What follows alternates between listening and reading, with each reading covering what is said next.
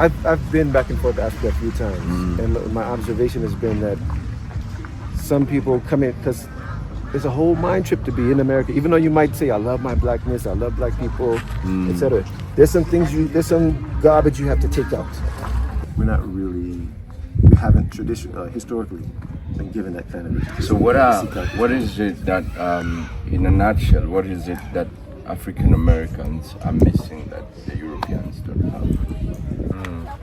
I've dragged my children everywhere that I went cup water. Right. That's already a disparity between who can afford to do it, who can't do it, who can afford to do it. People who have disposable income and intergenerational wealth. So I want to talk about money, and I talk about money every day. What is money for you?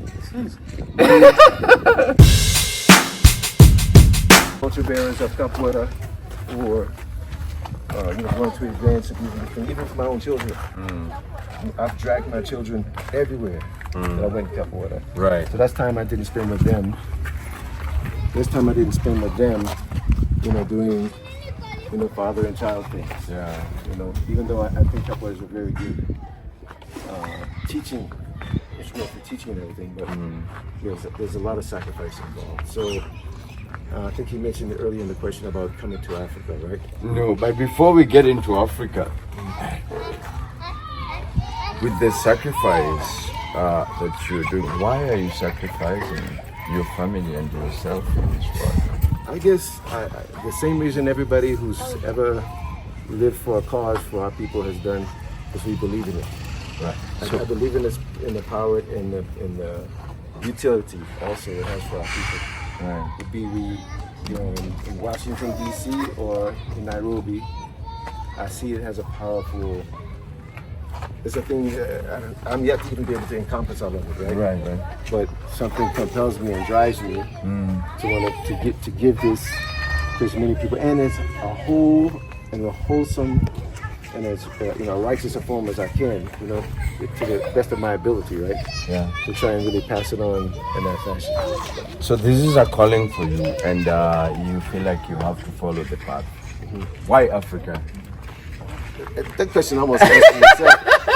It almost answers itself. I mean, the most poetic thing is that having come out of Africa, right, and through nefarious means been taken with us out into the Americas, right?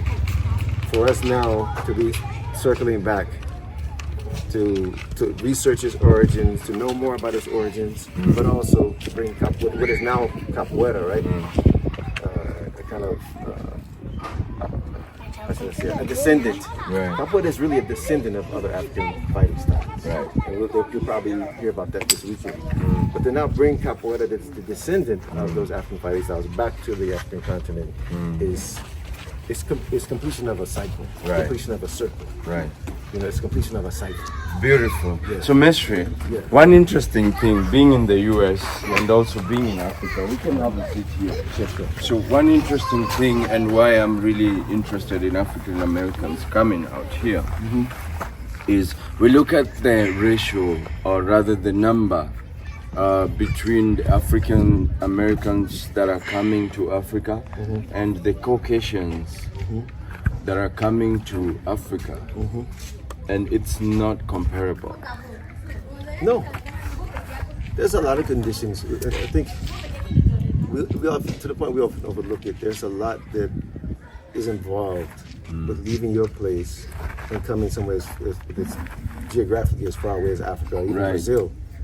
So even in Brazil, you'll find, more often than not, who's able to go to train in Brazil, go to conferences in Brazil, come here to Africa and spend weeks, months, years, without so much of a concern for their liberty back home, whether their rent is paid or mortgage is paid or insurance, whatever. The many expenses you have back home, there are plenty, right?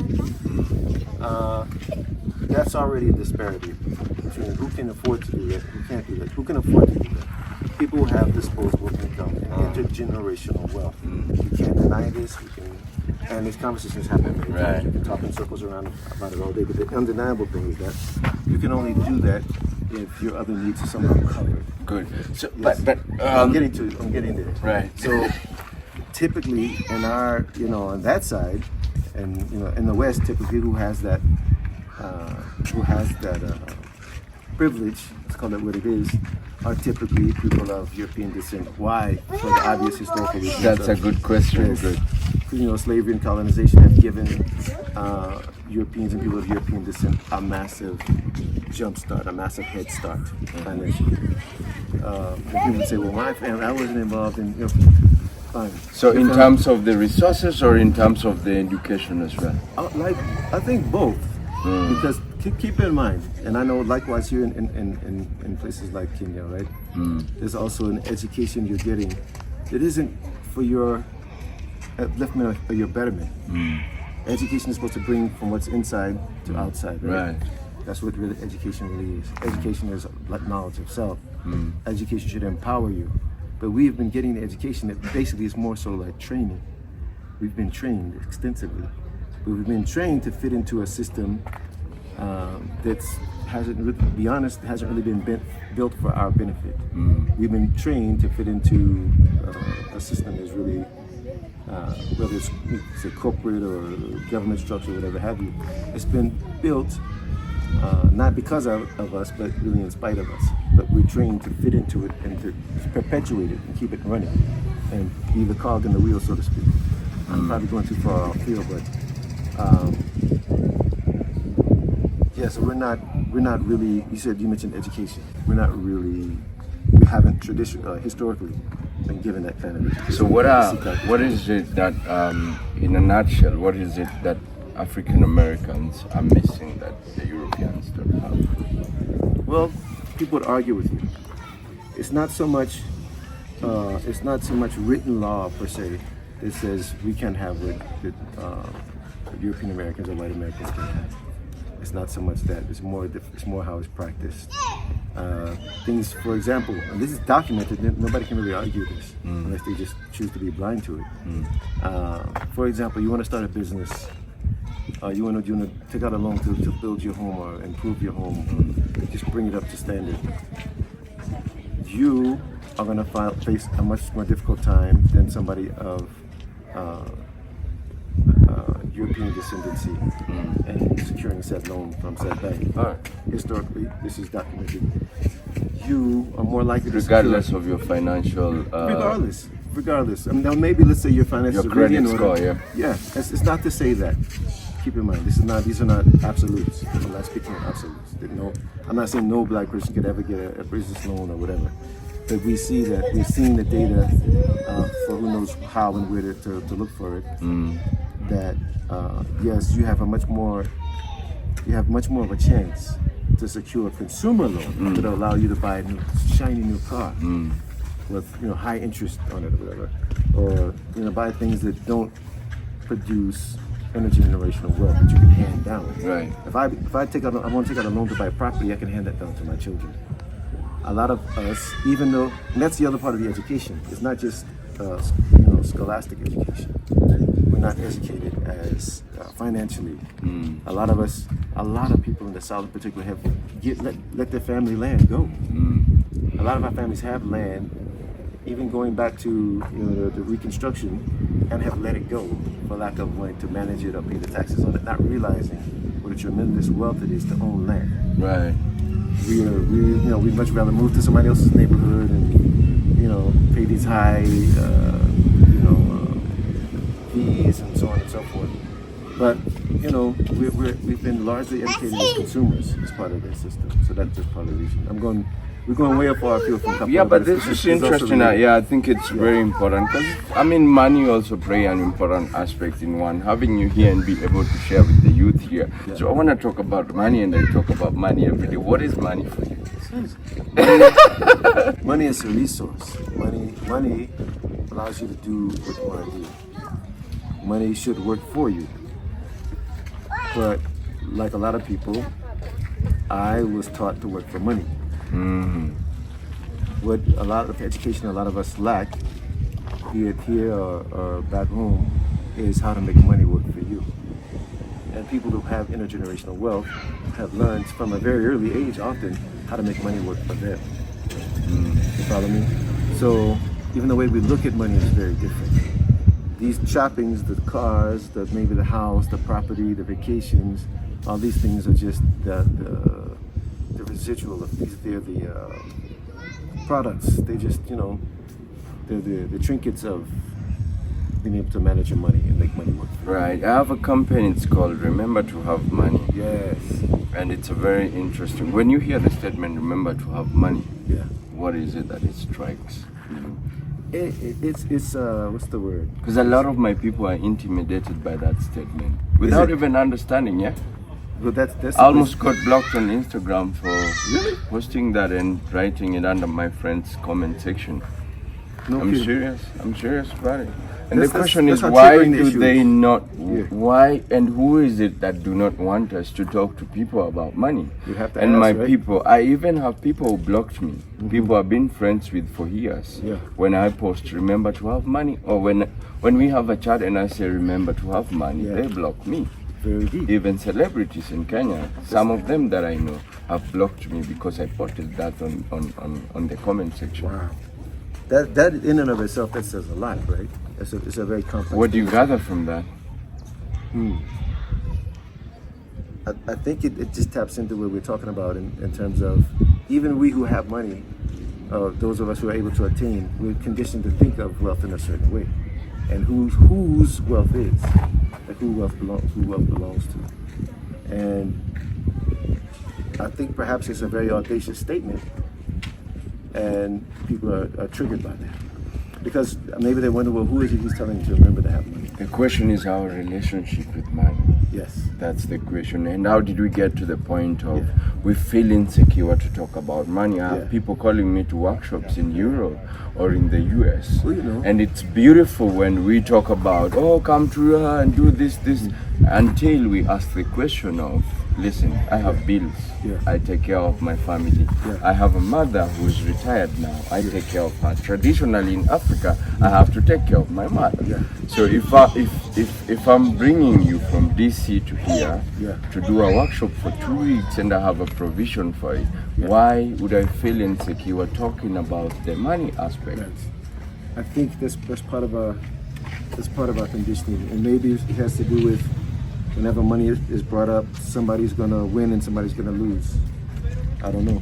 That's a deep question, actually. That's a very deep question. I think But it's high I have time- to say, when something triggers you, I think that's where we need to start digging and paying attention. When Exactly. a question about gender triggers us, we need to address it. Or gender inequality, we need to look. Why do we feel it? Why am I triggered by that? What is bothering me about that? In your class with Yeah. the community where Same we thing with are money. yesterday, where we are right now, you said something about go where you feel uncomfortable. Go Yeah. Address your weaknesses, Yeah. talk about them. Yes. So what is this insecurity about money? Yeah, it makes me wonder, like, are we insecure about it because of how we've been taught to see it, and the way we've been taught to see it is totally dysfunctional? And I would say, my belief is that the way we've been taught to deal with money is in a lot of ways dysfunctional. When I say dysfunctional, I mean for us, it benefits big company, benefits everybody, big company, government, everybody. Big corporate, big government, everyone but us. Everyone but us. So I think once we start talking about it, and I could personally identify when people wanted to get at me about money, and I realized I didn't have it, and I didn't have as much of it as I wanted to, and I felt, maybe I felt responsible for not being in that position. I felt responsible for not having, my finances are where they are because of something I'm lacking. Maybe I'm lacking something. So maybe that trigger that people have to that is they feel they're lacking in some area, whether it's knowledge, or maybe they haven't secured their wealth in the way they feel that their counterparts in other races and other ethnicities have done. But I'm just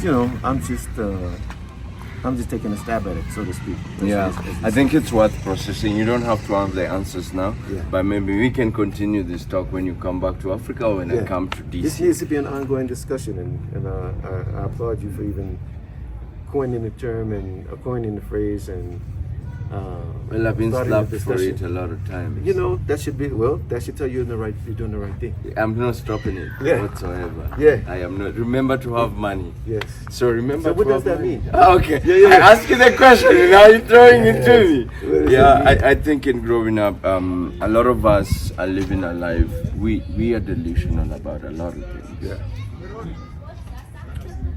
I see a lot of young students that I teach, and they want to come to America. They want to drive Right. nice cars. They Right. want to move from the neighborhood. They want to do things for their people. But they dream to do these things. And what I don't hear them talking about is how Right. they want to make this happen. Right. So when you tell me, hey, I love that car, or I love that motorbike that gentleman has, this motorbike or that nice car did not grow from a tree. Yeah. And so I'm reminding you Yeah. to remember to have money. Yes. I have seen family members or people around me that die just because Yeah. if there was no money to move them from here or to call an ambulance to move them from here to the hospital. Yeah. They got to the hospital, but they couldn't secure the money that they are required so the doctor could help them. Wow. So they die at the doorstep of the hospital. Why is it this? Is it so? It's because of money. And so I tell people, remember to have money. In a world where everybody wants to talk about, and money is not everything, but it's an enabler for many things. And this is what I'm bringing across.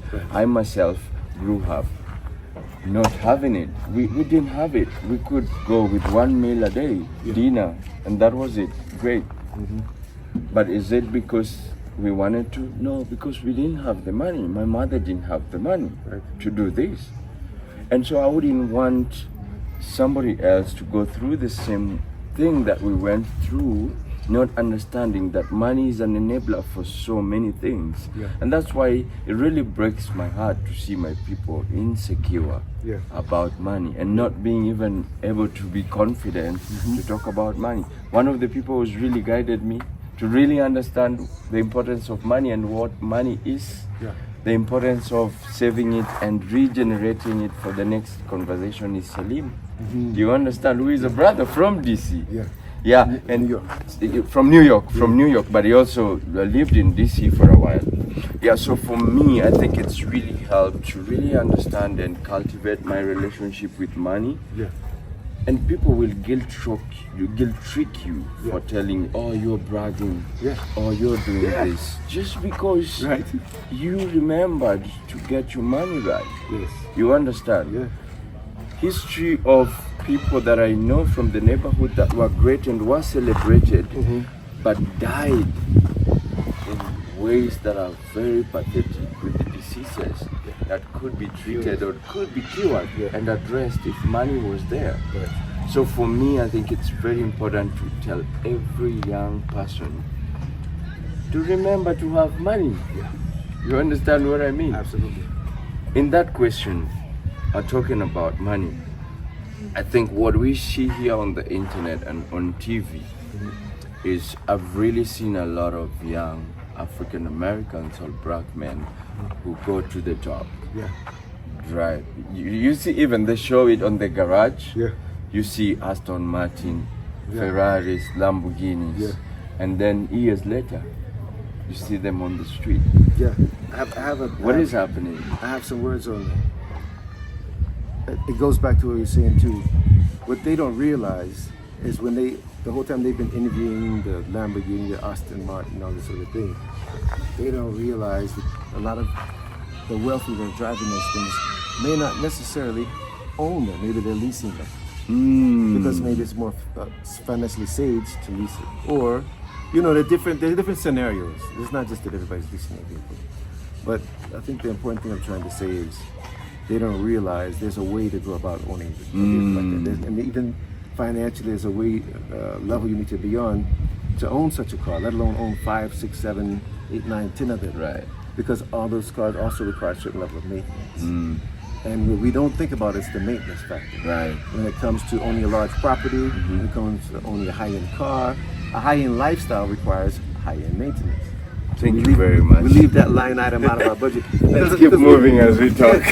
So young people grow up idolizing these things, maybe because an entertainer does it or somebody they look up to does it, but they don't realize, or even it never occurred to them that maybe that leasing a jet is one financially safe than outright buying it. You know, we want to cop the style, but we don't really realize the practical or the steps to doing that, how it's actually done among the wealthy. The wealthy know. So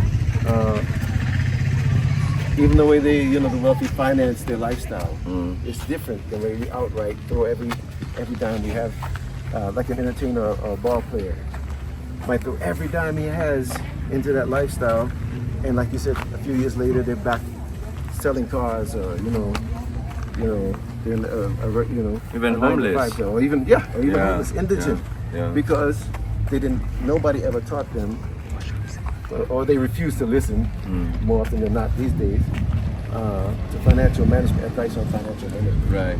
So the most important thing I think is also not getting the money, but managing and saving it. Education. And Which is what growing we've been saying. Yeah. Yeah. Where we think about getting, like, we know a lot of people in our community, a lot of young folks in our communities get out there and through means legal and illegal, get out there and get money. But what nobody ever talks about is what to do with it when you get And it. how to sustain it. Yeah, and how you sustain it. And why are you then still in the same lifestyle? You've upped your income bracket. Why are you still living in the same lifestyle? Right. Basically of an adolescent. Right. Buying all these sneakers and, doing all these things, buying all these external things, and you haven't bought land. You're talking about land. What do you wanna, what is attainment for you? Land. Land. Land is an Land and legacy. Comes to Legacy. mind. Yeah. Okay. Land and legacy. Who will pass this on? Who will carry on not just my DNA, but who will carry on my ideas, my dreams, my visions. You know what I'm saying? Right. And there's a difference between, you were talking about dreams earlier. Our young people have fantasies, they don't have dreams. Dreams. A dream you back with action. Thank you very much for making that clear. Yeah. A good So the friend of question mine- is, do you have a dream, or are you Yeah. just fantasizing? A fantasy, you just talk about the car you're gonna drive and the jewelry you're gonna have and the drip and everything. But a good friend of mine pointed out, because she worked with young people, she said, there's a difference between a dream and a The fantasy. fantasy, right? Wow, our kids are going around fantasizing. Dreams. I believe in dreams. Right. I think they're even given to you for a reason. Yeah. Follow what you have to follow. Follow the dream. Yeah, my dream was to come to Africa at one point. Oh, great. Now my dream was to come to Kenya one day. And as Yeah, you follow your dream, remember to have money, Yeah. because through remembering to have money is able to come to Africa. Yeah. Would you want to bring young African Americans, or people that are under your leadership to Africa? I really do. Why? In being here for the 4-5 days now, what is it that now affirms that statement that you just said? Because you said it with a lot of affirmation. Why are you convinced fully that you want to bring them to Africa? I'm an extra caveat, and I think I want to bring them. I don't know that everybody is prepared. I've been back and forth to Africa a few times, and my observation has been that some people come in because it's a whole mind trip to be in America. Even though you might say, "I love my blackness, I love black people," etc. There's some things there's some garbage you have to take out. There's some rubbish you need to get rid of before you come here. Should I do it again? Okay. All right. Can start again. All right. Yeah, so So on bringing African Americans here, right? I think there's a process. There's some work we need to do before we come here. Even though we might love our blackness, we might love our cultural origin, our place of origin. There's a lot that we have taken on living in America all these years, not centuries, and it's been handed down generations. There's a lot of things we have to undo and unthink and empty our cup, so to speak. I always talk about in class about emptying your cup. Right. Forget what you think you know, and all these things, because Africa is a whole different experience. Some of us going to be familiar depending on where you come from. Right. You know, my folks come from the South, so a lot of things really kind of they resonated with me. Just respect for elders, and setting the plate out for everybody to eat. Right. Right. That's a big Yeah. thing. Yeah, yeah. In Africa, we don't talk back at our elders. Yeah, We that's listen it. Yeah. and we learn. Yes. So things like that. So, even gender roles, the whole thing. You have to really empty your mind. Tell me, Africa is Africa. Africa is not America or Europe. So, there's that. But I certainly would like to bring like young people here. There's so much to be seen. I think just the contact in and of itself is already job done. Right. For young people from Africans in America to come to Africa and interact with people here, experience. The primary reason is that we need to learn about each other firsthand. The majority of what we know about each other is through media and popular media. What have you been told about Africa that you came here There's and no houses and there's no we live on water, trees, we live yeah? on trees. even when even when Stab was put down, there's still always this element that it's really of any black person. Yeah, I've seen black people say it, and I was wondering, where is this coming from? Don't go to Africa, brother. Yeah. And they're telling the black fella, and this is an African American say this. Yeah. So think about this. Who does it? You have to figure it out. Always ask, who does it benefit? Who does that mindset benefit? I'll put it that way. You figure that out. Who does it benefit? Because I'm also told when Africans migrate to America for the first time, right? When they come for the first time, they're given a kind of speech. Often in the old days, pulled off to the side and told, those black people, don't interact with them. They steal. They're dishonest. They're lazy. Don't bother with them. And likewise, we get the message, a lot of it through popular media. Even people say, they don't want you in Africa. Don't go to Africa. They don't like you. Africans don't like us. Even so, when you're scarred in a certain way, Africans love everyone. In Africa, you come here. We don't even look at your color. So why would we not love African Americans if we don't even look at the color? Correct me if I'm wrong. I might be saying this. We welcome everybody. That's been my experience to every part of Africa I've been in. There's always love. There's always a certain acceptance, and I even feel to some, me feeling a certain feeling protective of my new African communities I'm a part of. Like, no, don't let them in. Don't let them.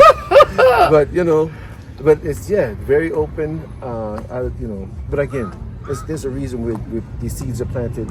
And I think when the seeds are planted, you will find some reason in your environment to justify it. Like I have people in my family, my next door neighbor was from such and such and he acted this way. Well, that's one instance of one person. And, we can't keep making these judgments based on a small sample of people either be from Africa or from America. We have to know each other firsthand for ourselves, and then we need to know a diversity of people. As you're speaking, I'm thinking about it. In a lot of these big conferences where our presidents go, they're talking about how to save Africa. Yeah.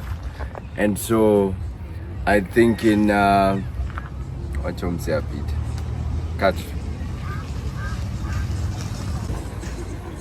think in giving back, I'm thinking about it as the president of the ghetto. They're asking, the Western world is asking how to save Africa. I'm asking, how do we heal the Western world? You see, and that question is implied a certain amount of collectivity and cooperation, or mutuality, I should say. There's a mutual exchange that needs to take place between Africans in the diaspora and Africans, and there's some undeniable things that have to be addressed. Right. Like I said, we've lost a lot of our culture. We've retained a lot. We've even generated some whole new things. And the world digs it. The world digs hip hop. The world digs jazz.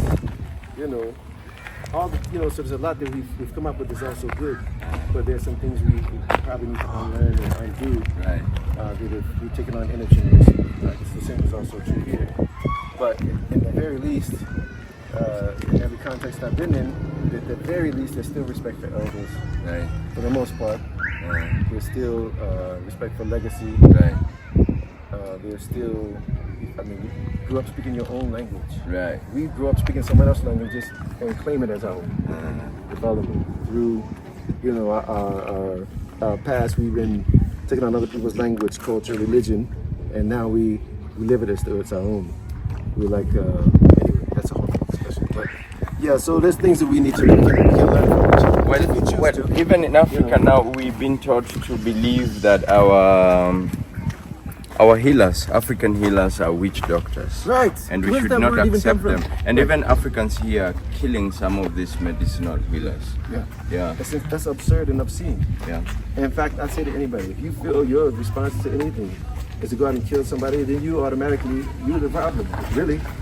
You know, no, if your way of life is so great, right? If so much deliverance in your religion, in your culture, in your language, in your culture, then why force it on you? Right. You know? And if your thinking and your way of healing and living is so superior, then why seek out to destroy? In the case you mentioned, murder people. It's modern slavery, and even it's within us because we've been structured to think that, you know, somebody else's practices is better than ours. Right. Somebody else's lifestyle is better than ours. Right. And so we are growing up to not appreciate ourselves for who we are, but we are starting to emulate other people that in return is making us desperate, and so we fall prey to certain traps that have been placed for us, so we are hooked into it, and this leads to depression, diabetes, and everything. Now in Africa, I'm starting to see young kids, even before 10, some of them have diabetes, some of them have asthma, some of them have diseases that people used to get while they were at their 90s. And the question is why? We have to look at that, right? So in taking on and abandoning our food ways, our ways of eating, ways of living, being outside most of the day, being active most of the day, right? And abandoning everything that traditionally we did, and taking on all these Western ways, fast food, processed food, abandoning entirely herbal or traditional medicines that maintain their balance in the body and were, you know, known to have, you know, understood to have a less invasive impact on the body, etc. We've abandoned all the things that we did, and now look at our health. The telling thing is, look at our health outcomes. Before my grandfather died, he used to say, because we used to go to the village, and some of the kids wanted to be city boys, so then they didn't want to learn the native language, like our local language. But as he was teaching me, this is what he told me. I mean, I used to speak good English better than most of my peers, same to Swahili as well, but it was important for him to tell me to learn how to speak my language. You understand? My tribal language. Because this is what he said. He said, if you lose yourself, this is your root. And as a tree, as you grow, it's like you're cutting yourself in the middle. So if you lose yourself, you're killing yourself. It's a fact. And we can see the evidence. Look at, like you said, the diabetes and the depression and all things. I believe, and others, you know, believe that cutting off is what's causing all of our problems. That cutting off of ourselves is causing it.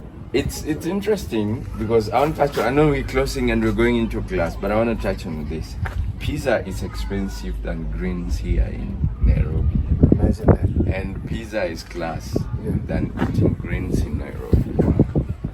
So who sold this mentality to Africa? And as Africans, I think we have to start thinking, what is it that we really need? And what is it that we really want to bring in? What is your closing take? That's true. Your closing remark. Wow, we said so much. We said so much. I think my closing remarks are, we need to open a space, each of us need to open a space for these kind of exchanges. And it's not really about agreeing or disagreeing with everything. I think we each have something to learn one from the other. And we each have some unlearning to do. And our mutual success, our mutual survival even, is within each other. We actually have a lot to gain from exchanging information, from recovering information. There's a lot to be said there. So our survival is mutual. Right. Yeah. And I say to all those people out there, believe in your ways. Believe in what your grandmother has taught you. Hold on to your languages. Because here's the thing. I'm taking a departure a minute. Why is it if supposedly the traditional healers they didn't know anything? Why is it that these universities and even these pharmaceutical companies, the Chinese, have sent people? And I've met a few. The Chinese go down to the African healers, bro, and they're selling medicine. Exactly. And I've seen this. And they're taking China medicine back market to their labs and studying. Exactly. If it's so worthless. Why is everybody studying it but us? Why don't we have our own labs right here on the continent studying this? And same thing with the languages. African languages are endlessly complex. There's endless depth. There's so much. I mean, I can't even begin to address that. So that's my thing. Would be let's go back to the source. Let's not cut ourselves off. Right. That's my closest. I'll still be hanging out with Mr. Kojo. Let us know your take on this conversation in the comment section. Your favorite Swahili phrase? What's my favorite Swahili phrase? You have a number. That's my favorite Swahili phrase. Wait a minute. Give me a second. Take your time. And so as he thinks about it, ladies and gentlemen, Victors with Victor. If you're new here, please remember to hit that subscribe button. If you're a continued supporter, drop a comment on the comment section. Let us know what you think about the topics we are addressing. And remember to have money. Your favorite Swahili phrase, Mr. Haraka. Aina baraka. Translate it to them. I like how this mestre grabs Swahili and how he keeps what's really important. Translate it to them. How do I translate haraka? Kind of like Hari. Yeah, hurry. Wait a second. I don't know. I just understand it as it is, but hurry Has no blessings. has no blessings. Okay, I need to work on the translation, obviously. Yeah. But yeah, hurry has. But no I like blessings. that it's your favorite. Yeah. So haraka hina baraka. Slowly we're gonna do this, and hopefully we might be able, as you guys know, the goal of Victors with Victor is to inspire, learn, teach, and also share as well. I hope we'll be able to share this knowledge across continents and be able to come up with a solution for the sickness that is not eating Africa, is not eating Europe, is not eating America, but it's eating the globe at large. Thank you very much. It was nice hosting you, and I appreciate your presence in the show. And keep doing what you're doing. I celebrate and appreciate you. Likewise, as you already know. Likewise. Peace and love, brother. Adios. Peace. Whoa. That wasn't 30 minutes. See you.